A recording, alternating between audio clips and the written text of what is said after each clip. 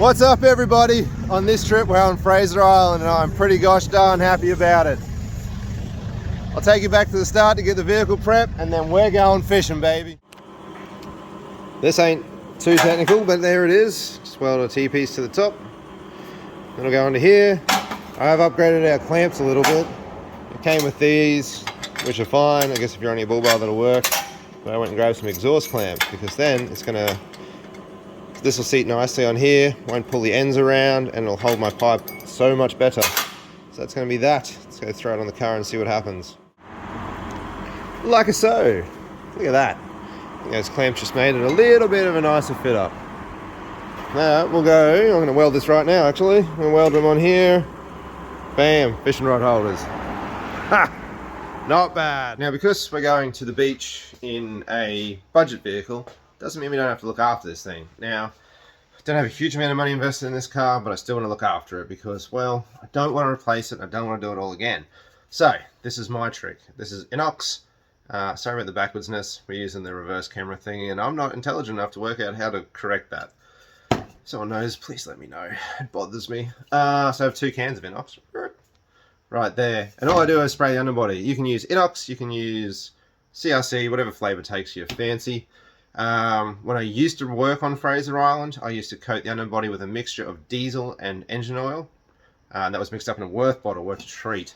There's plenty of ways of doing it. Basically, and you can buy products for this these days too. I've seen them advertised. So all I do is just knock the lid off. We're just going to spray the underbody.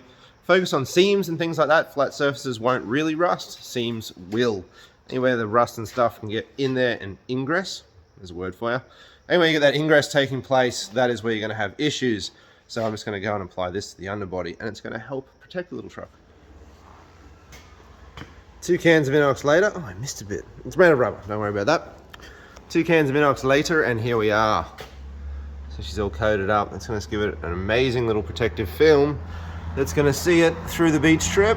And when I wash it, you'll be amazed. This is good for doing mud work too. If you're going to have a plan that's going to be mud, mud won't stick to this. It'll just wash clean off when you get home, which is so much nicer. So anyway, whole underbody's done. 2 cans. Feast your eyes on the masterpiece. Yep, it is very functional. Let's give it that. And it's on 2 bolts. So when I get home, I'll unbolt the thing, take it back off again. Let's get some rods. And there you have it.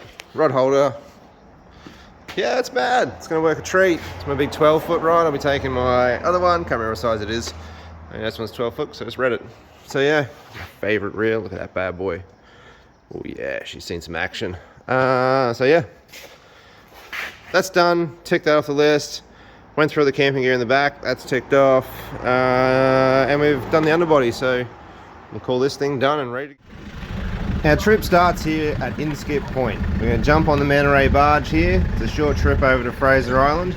We're going to go around Hook Point and we're heading up to our camp out destination of Dilli Village. Dilli Village is on the bottom of the island. I absolutely love it. I grew up camping and staying in the cabins here, and it's just a brilliant spot. This trip we're all about tailor fishing, so that is our goal, is to catch us some big tailor.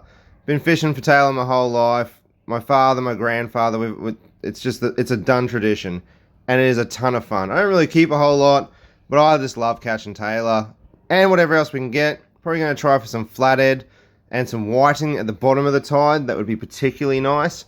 And really whatever else we can get our hands on at this stage. This is a dedicated fishing trip. It's just us boys. We're out here fishing, having a few cans. I cannot wait to hook in.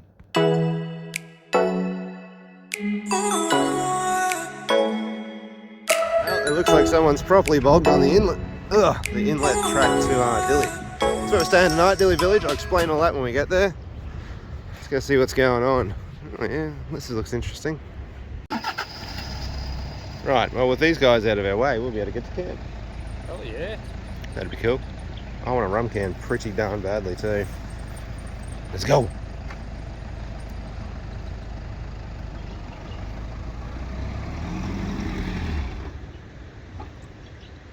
That didn't go well. No, we don't. Alright, we're all set up here. We just ducked in. We're staying at Dilli Village. I'll explain Dilli Village to you guys at some point. Probably not right now, because I'm too keen to go fishing. Swagger set up behind me. I'm in the rooftop tent, so we're driving that sucker around with us for the rest of the afternoon, which is totally fine. Rigged up some rods. I'll show you what we got.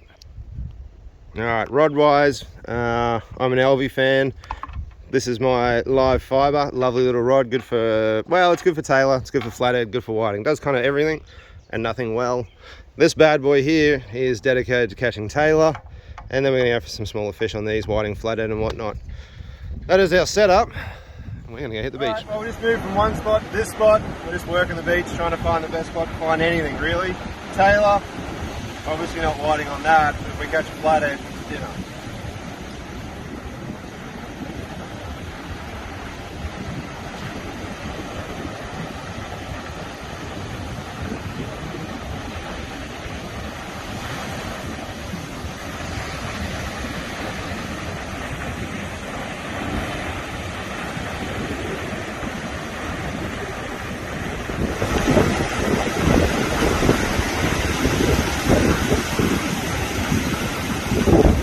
What a ripper. So I was just winding in, I thought I was actually like, I had one more cast before we move on, and just as it came through the whitewash, he smashed it. Look at that, he took the whole pilchard off the hooks and everything. Oh, that is a stonker. I don't think I've ever caught a Jewy that big. Are we keeping him?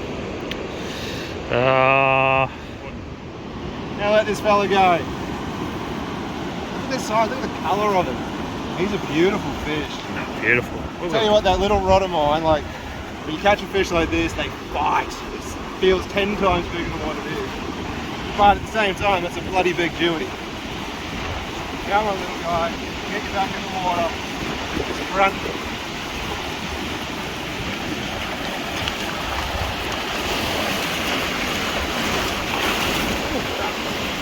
That way.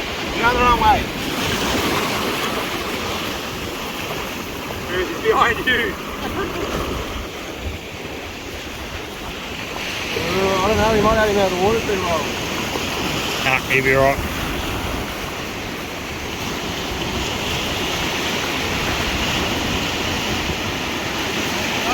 No, he's fine actually. Oh, that was outstanding. That is a great way to start. First fish of the day. Sensational. We're on. We're Woo! on. Look at that. First Tailor. There you go. He's alright. He's a decent size. Yeah, he's nothing to write home about, but you know what? It's the first of many. Excellent. Oh, that's good. It's the right time of day. Put it back. Alright, let's throw him back. We'll get in the bigger one. Yep. Hey, that's alright. We just moved spots and that was straight on. You barely even cast her out there. No, I was only out there for about a minute. Not even that. Unfreaking real. Fraser Island fishing at its finest. Send this little fella back again. We'll do the old Rex hunt. You gonna give him a kiss? Oh, baby. There we go. I think I saw some tongue. Unreal. A couple of friends come down to join us. Another one over there too. Stunning afternoon. This little gutter's going alright. We're just pulling little ones out, but little Tailor's still Tailor fishing. I ain't got no issues with that. Not here to break a record, just here to have some fun. They're getting pretty game too, them dingoes. Woke up to this big fella sunning himself on the tree right outside my rooftop tent. There's a few of them that get around Dilli Village. They're pretty cool. Well, welcome to day 2, guys. We had a good night last night. Kicked back, had a few drinks, got some fish, set up camp. But now it's time to pack up the rooftop tent because that little fella's coming with us everywhere we go. And we're going fishing again. So let's go! Well, the entrance track to Dilli can get a little bit soft. And day 2, it's claimed more cars. So they might be moving again. I think what's happening here is old mate is snatching old mate. And they're trying to come forwards. So, anyway, this is the only way in and out. So we're definitely stuck here till they sort that out. Here's a pippy mound. You see them, they'll be all over this area. And all we do is just dig your 2 fingers in and you pull this little fella out. Bit bait. We'll grab a couple for bait. Really need some fresh water. Over here, there's heaps of them.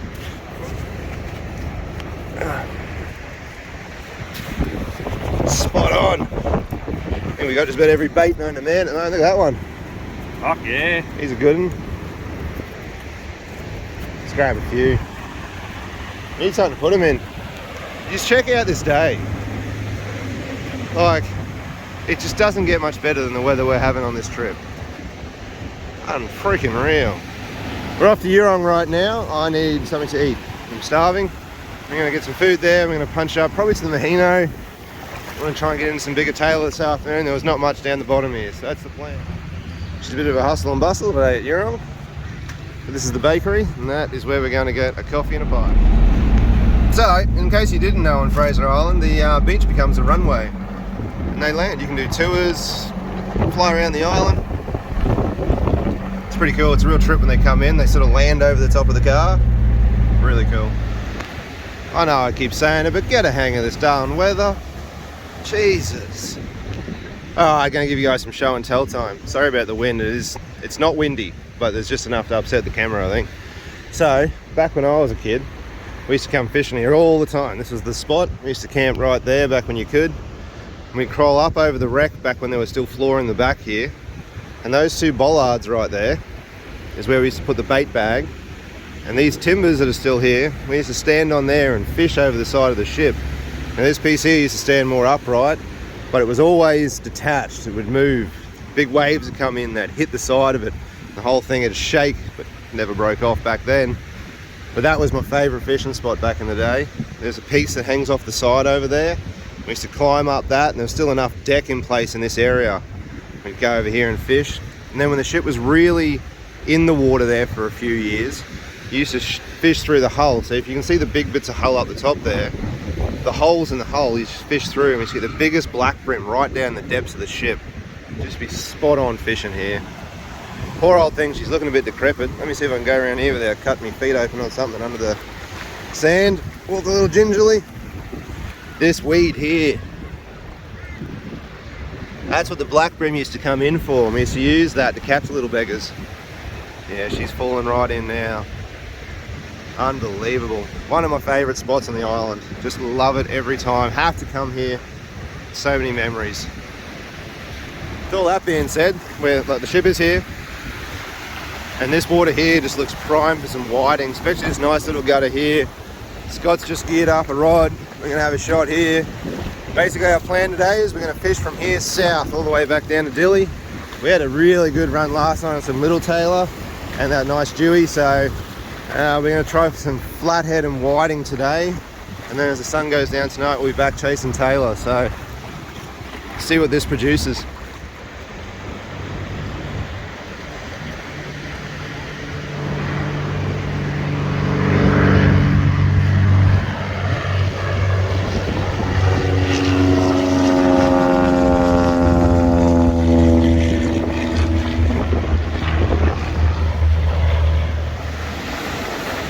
This is what it looks like when the Tailors start biting. Look at these guys going for it. I'm kind of out of this race. The fish are way out the back there. And I just can't lob a pilchard that far. These guys are using nice whippy rods with big spinners on them. Egg beaters, whatever you want to call it. And they're getting them way out the back with these metal lure thingies. Tell I'm not up on me fishing. I've spent all my life fishing with bloody pilchards and gang hooks, so this technology is a bit much for me. But look, these guys are killing it. It's a fun little session going on right now. Scott's doing his best, but he's only using a small rod with a spinner as well. And there it is, right in front of that wave out there. That's a good cast. Fishing out the front of Happy Valley here, and we made a mate, and we were having a bit of a chat and fishing together, and he landed this good little flathead. Oh, there he goes. Come on, little fella, you ain't gonna swim back there. Do you want him, Scott? Up to you, man. He's decent size. Look, he's not terrible. Speak now, I'm putting him back in the drink. Alright, he already knows where the drink is. Come in. Look at him go. He's got this. Go, buddy. Look at that, he knew. Just jumped off the beach for a second, came into Happy Valley and grabbed some ice. And then we're going back fishing again. A small pause, plus there's toilets here. I can tell you that's very convenient. Check her out. It ain't taking me all bloody day, but I got one, finally. We got one earlier, but I didn't catch it. I needed Scott, so we didn't count it. But there you go. That's a good fish. He's bleeding too, the beggar. Got me good. That one we're keeping. Woo! All right. The adrenaline, man, that really... Far out, man. This day just keeps giving. We've had an awesome day. We fished up and down the beach. We're now back south down near Dilli, but far out, what a day. Look at this. Would you just look at the twilight we've got? It's nearly 6 o'clock at night. It's stunning. And you got the sand. Oh, this is Fraser. This is what it's all about. Absolutely no Tailor this afternoon though. Can't believe it. We had such a good run yesterday. And this afternoon, it's just, there's nothing. We saw some being caught earlier. We've caught none ourselves. That doesn't matter. We're going to bait up a line, lob her out there, enjoy what we can, and just enjoy this beautiful afternoon. Woo! All right. Golly, we're back on the board. Not the biggest tail in the world, but it's a bloody good one. We're keeping that sucker. Yep. Look out. We've put in the hard yards today. We thought we'd have one more hit before we turned in. This makes you the official Tailor winner, by the way. You're up on me. Yeah, but you're flathead, mate. Bloody that knocks it out the bloody park. Well, we did come in for Tailor though. Look at that. Here, I'll get your hooks. Oh, what are we sitting at? Happy day. Well, that ain't bad. That went just over 40, nearly 45 centimetres if you pull the tail out the right way. Okay, well, we're back from fishing, which went particularly well. It's been a freaking killer day. Scott closed out the day with a very nice sized Tailor. Very good work. But tonight, we're not having fish for dinner at all, even though we did contemplate it about 10 times over in different ways, whether we'd have Tailor, whether we'd have flathead. None of this ever happened. We're having chicken. We're actually having chicken curry. What do we got here? Red. We have red curry, so that's us tonight. So I'm going to sit here and dice some of this up real quick. The rice has already been cooked. Save you guys the boredom of me cooking rice, because I'm pretty sure you've done that before. So yeah, I'm just going to chop all this up. There's absolutely no reason, as Scott pointed out earlier, why you should go camping and eat poorly. And we're not going to eat poorly tonight. We're going to have a lovely curry around the fire. So I'll chop all this up and get that in the pan. It's a very simple meal. You can very easily overcomplicate this, but that ain't happening tonight. It's going to be super simple. We're going a little bit of spray oil, a little bit of salt in our hot pan. Booyah! And some chicken, hang on. Straight in with the chicken. Now this is thigh cut. Thigh cut is important, remember that. You can do it with regular chicken, but the thigh cut has got so much more flavour. Terribly important stage. I'm going to brown that off, and then we'll go into the old curry paste. Ooh, yeah, that's nice and hot and ready to go. Alright, let's get the old thigh meat cooked through really nicely. Add in some curry paste. We've got Holcomb curry paste. You can use whatever, there is no rules. This is actually 2 chilies worth on the old chili scale of 2 to 3. So this is going to be a little peppy. Because it's going to be a little bit peppy, I'm going to do the right thing and not use all of it. Normally if it's only 1 chili, we go all in with the jar. Tonight we're not going to. We're going to be mildly reserved, mainly because I don't do spicy real good. And then, the coconut cream. Make sure you shake your coconut cream particularly well. Go in with some cream. It's going to dull off that chili flavour a scoosh. That just came off the boil there. Mix all this in. We're going to be good to go, people. What we're going to do is just let this simmer for about a can's worth, maybe 15-20 minutes, I reckon. It should be good. We'll add the rice in, and we'll go from there. Alright, this is simmered down quite nicely now. What you want to do is get all those flavours to mix and really become friends. And then what we're going to do is we're going to take our rice, which I put on the boil earlier. We're going to bring our rice in here, and we're going to get that all mixing too. They're all becoming good friends.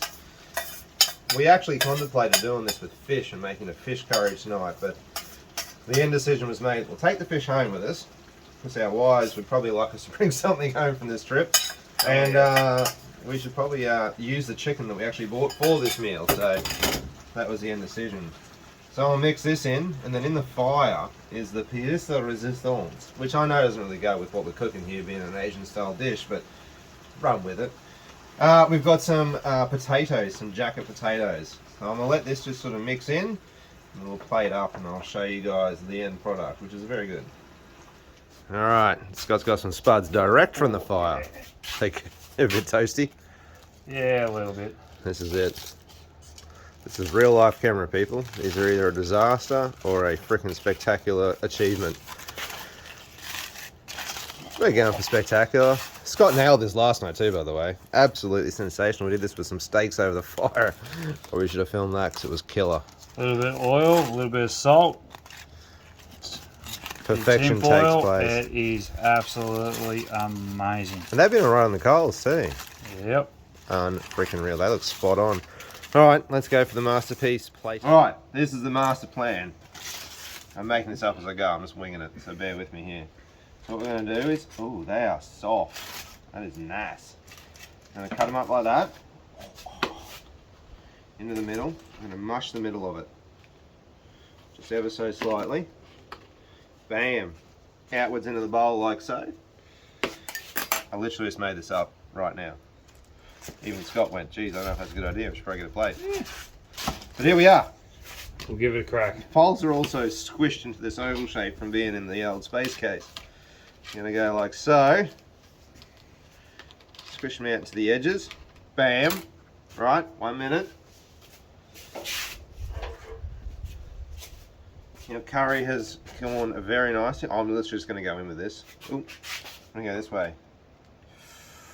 Okay. Look, I don't know how many to scoop this with, so this is the best idea I had. Just in there. We're just going to load them up. And pretty much, if you can imagine, if you've ever had a pie floater, this is like a curry potato floater.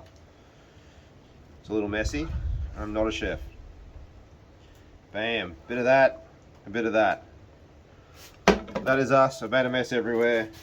Fork, fork, and we're going to the fire. Let's have a go. Get some potato in there. Some chicken. Fucking good. Far out, man. That's what we need after a day like we've had fishing. Ooh, that fire's got some go. That's a big day of fishing.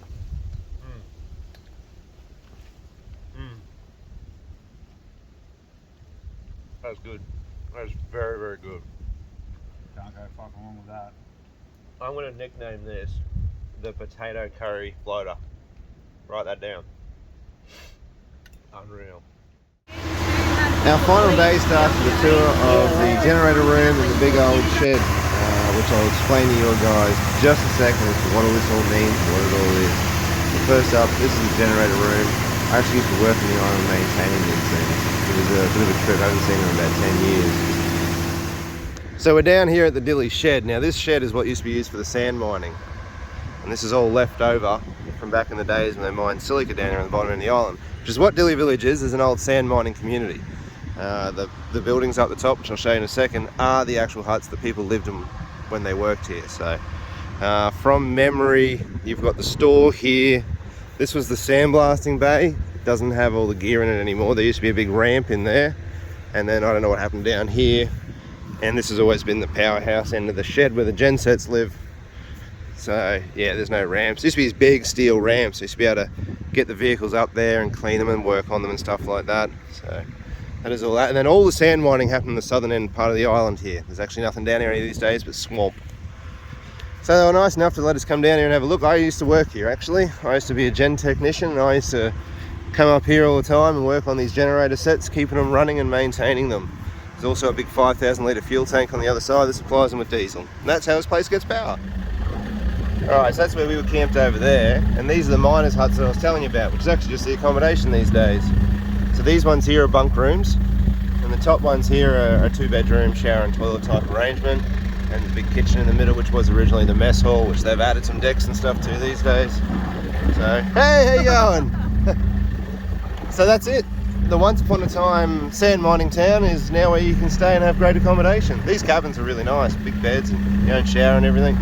Really well kept. The university do a really good job at making the place nice. There is a full dingo fence around the place. It's also electrified down low, so it's very safe. Goannas will chase you around. Scott's got the gate for us. We're out, we're heading home. We will fish as we go down the island though, but Dilli Village has been great to us, and so is Fraser Island, but it's time for us to leave unfortunately. We have wives and jobs and children to go and tend to. So let's plug down the beach, maybe we'll catch some whiting on the way. Well guys, this is definitely the end of our trip unfortunately. We're day 3, we fished the bottom end of the island. but there's no fish to be had. We saw a little flathead chasing the bait in, but that was about as good as it got. It's another glorious day. What can I say? Fraser Island has really turned it on for us. It's been an epic trip. We've caught some great fish, cooked some great meals around the campfire, and all in all just had such a cracking time. We might even make this an annual trip. Tailor season this year for us has not been big. We definitely got into a few, but not like you used to seeing where you just fish after fish. Nonetheless, we had a freaking amazing time. So absolutely wrapped. Can't be more thankful for the time we've had up here. So we're at the Round Hook Point, and that's us. We're out. We're going home. Thank you so much for watching. We'll see you on the next one.